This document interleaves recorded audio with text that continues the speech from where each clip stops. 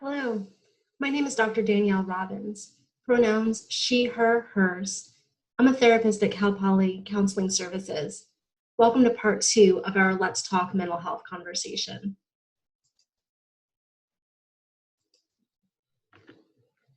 In this section, we're going to discuss prevalence rates of mental health and get insight onto how to talk to others when they're experiencing something.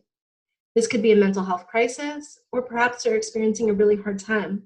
So let's get started. Data collected in 2019 on U.S. mental health statistics found that roughly 1 in 4 of all adults in the U.S. met criteria for a mental health concern. I want you to really take a moment and think about that.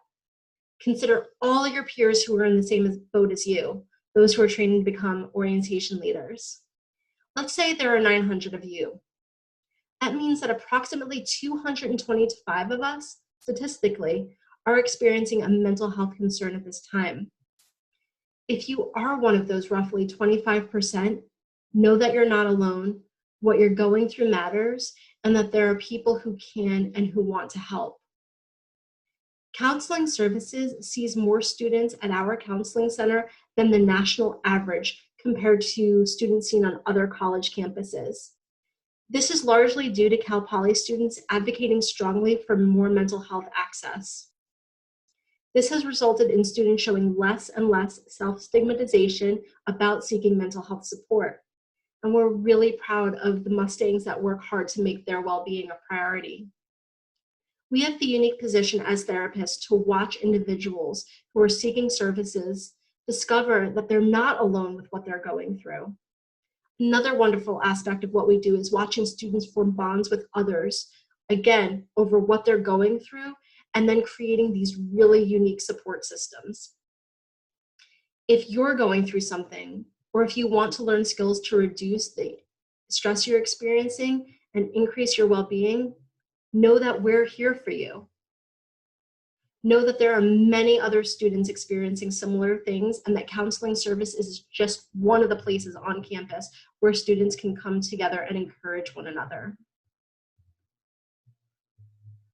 So let's imagine you haven't been feeling great. You started implementing self-care, but things are still really tough. First, if you are experiencing mental health distress, know that you're not alone, and it's a fairly common thing to experience during our lifetime. There are many people on and off campus who are currently experiencing similar things. In the previous slide, we discussed individuals who experience a mental health concern. Well, also in 2019, data collected from the U.S. mental health statistics found that 18.07% of all students met criteria, meaning they were diagnosed, possibly, for a mental health concern. From fall 2018 through spring 2019, 2,668 students sought mental health treatment at Cal Poly's counseling services, and many students sought mental health support in the community. So if you or someone you care about experiences a mental health concern, know you're not alone, and there are people who want to help. So at this point, we're hoping you recognize that the next few years at Cal Poly are going to be stressful. When you notice you're not feeling well or something feels off, pay attention and consider how things need to change. And when what you are trying is not working or you're stumped about what to do about a problem, we hope you'll reach out to someone. Some of you may be asking yourself, well, what if I'm fine, but someone I care about isn't? How would I know? What should I do? Those are great questions, and we're going to respond to it by suggesting you remember 3 steps. See something, say something, and do something. To know someone is having a hard time, you have to pay attention and generally know what to look for. Here are some signs you can literally see. One thing that's usually noticeable are distress behaviors, such as crying, shaking, having difficulty breathing. If someone says that they can't sleep or eat, they're yelling or not leaving their room. Changes in personality can be a sign of a mental health crisis. Even in the short time you've known a student, if they went from being friendly and energetic to now being more withdrawn, mean, or miserable, that is a good indication that something may have happened or changed. Troubling changes in behavior is another sign. This may include increased drug or alcohol use, isolating, or sleeping too much or too little. When someone has a high level of negative self-talk, such as negative talk about themselves and their value, their future, or the world, it can be a good predictor that they are going through something. If you find out a student has had a recent trauma, maybe they know somebody that's died, if they experienced a recent sexual assault or experienced a significant loss, it can be important just to check in on the student, as many of their peers may be afraid to say anything to them because they're afraid of saying something wrong. Goodbye behaviors refers to saying goodbye to friends, giving away their possessions, or making statements online to friends about dying. These are behaviors to take very seriously, as they are often linked to an intent to complete suicide. And lastly, if a student is talking of suicide, possibly they're making statements about idolizing those who have completed suicide or talking about having a plan or desire to complete suicide, don't ignore these statements, but don't feel like you have to handle them alone. Now, let's take a moment to reflect on our own experiences. Think back to your time during WOW or other experiences you've had. Have you noticed when someone is experiencing distress, or even more, a mental health crisis? What about their behavior led you to think something changed or happened? What signs did you notice? Did you reach out to others for support as needed? Really think about these questions I've posed. You can certainly pause this video right now to sit and jot your answers down, or just take a moment to reflect, but really think about them. Once you notice signs that a WOWie is experiencing mental health related difficulties, it is important to say something to the person. This should be looked at as a gentle check-in. Let's look at the do's and don'ts of talking to someone we're concerned about. Do listen and accept what the person is saying. This can be done by validating their experiences instead of judging them. Saying things to them such as, "That sounds really hard," and letting them express their feelings without interrupting them. Don't be afraid to say things like, "That'd make me nervous too," or "Yeah, I'd be mad too," as this can help the student feel connected to you and less alone in what they're feeling. Show genuine concern for the person. Let the student know you care about them and what they're going through in a way that's honest. Let them know they don't have to go through this alone and that you're glad they shared with you. Keep the conversation focused on their experiences. Don't try and share too many of your own stories or struggles. Focus on the present concern. There's a caveat to this though, because sometimes when students are dealing with mild adjustment issues, such as missing home or feeling worried about being able to handle things on their own, it can be helpful to hear someone else share their similar experiences and how they got through. But remember to ask yourself, why am I sharing this? Is it to help them, or is it because you're uncomfortable with what you're hearing and want to change the subject? Ask directly about suicide. Don't be afraid to ask if they have a plan, if they intend to act on that plan, and if they have the means to complete suicide. I'd suggest doing this only if this is something the student has been talking about, or if you have any concerns about it. Remember our See Something discussion from a few moments ago? Well, consider asking directly about suicide if the student is showing high distress behaviors, or they're describing feeling depressed or hopeless. For many students who do experience thoughts of suicide, this helps them open up. Take what they say very seriously and offer hope. Let them know there are people that can help them feel better and that you want to help them find those people. If the student is saying they're suicidal or having difficult or significant mental health symptoms, such as not taking care of their basic self-care needs, like eating, sleeping, or hygiene, or they're not leaving their room, then it is even more important to get other people involved in what's happening with the student. Again, don't feel like you have to handle this conversation or follow-up conversation alone. If they want to keep it a secret, let them know it's important to let others know because you care about their safety. This can feel very scary and can be difficult when we care for the person, but ultimately friends aren't equipped to deal with a significant mental health crisis. Therefore, the best thing you can do for a person is connect them with those you know will be able to get them the help they need to feel better. Further, don't be afraid to get other trusted people involved in the conversation, especially if you're afraid of saying something on your own. This may include your members on the orientation board, an RA, an advisor, a mentor, or another team leader friend. And finally, don't feel like you have to stand guard. Often we talk to students who have been so concerned about a student and they stand guard long-term over them. We've seen students taking shifts so the student is not alone, and groups of students pushing themselves to the max to meet all the students' needs. The hard truth is, standing guard over people doesn't help them. Getting them connected to the services that can help them is what they need.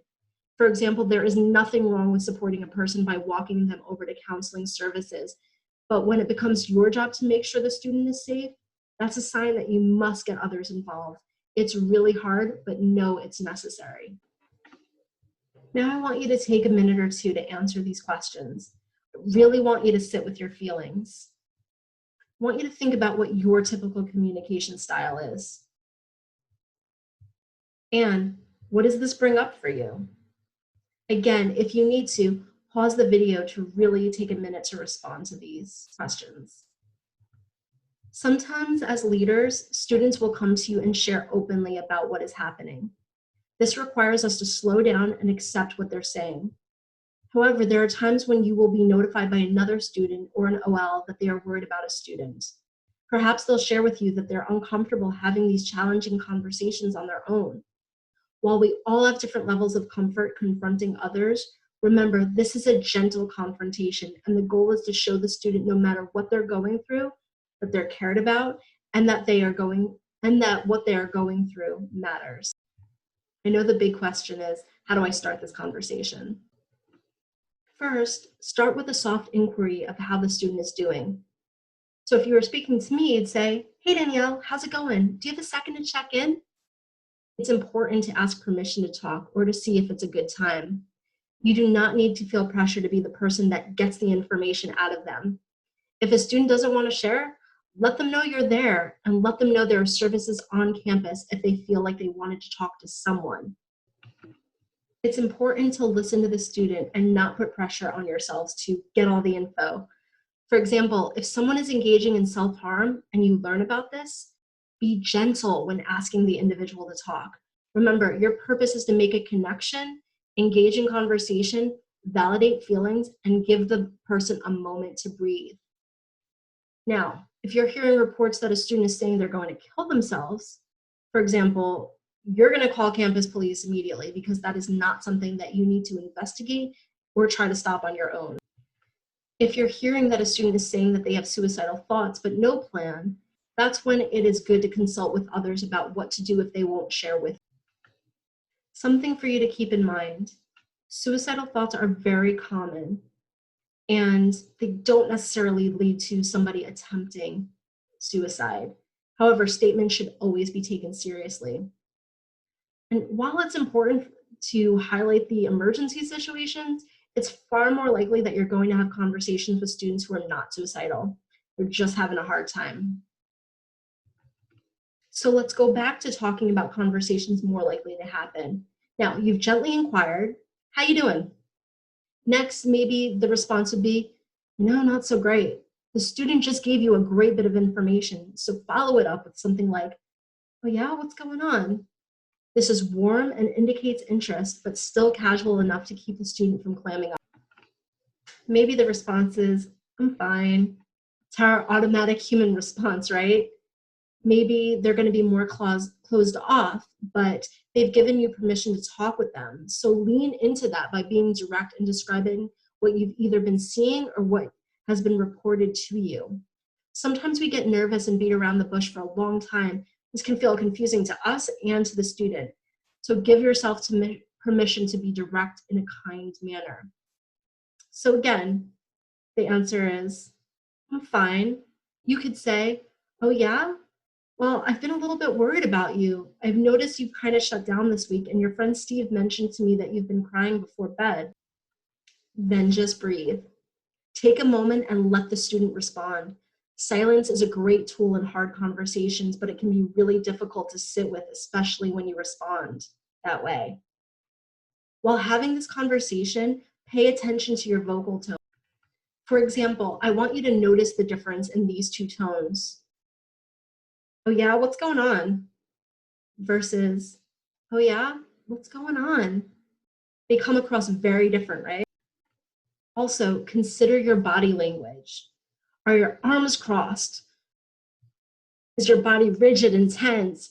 Are you hovering above the person, or are you on their level? Are you indicating interest with eye contact? Don't be too intense with your eye contact, though.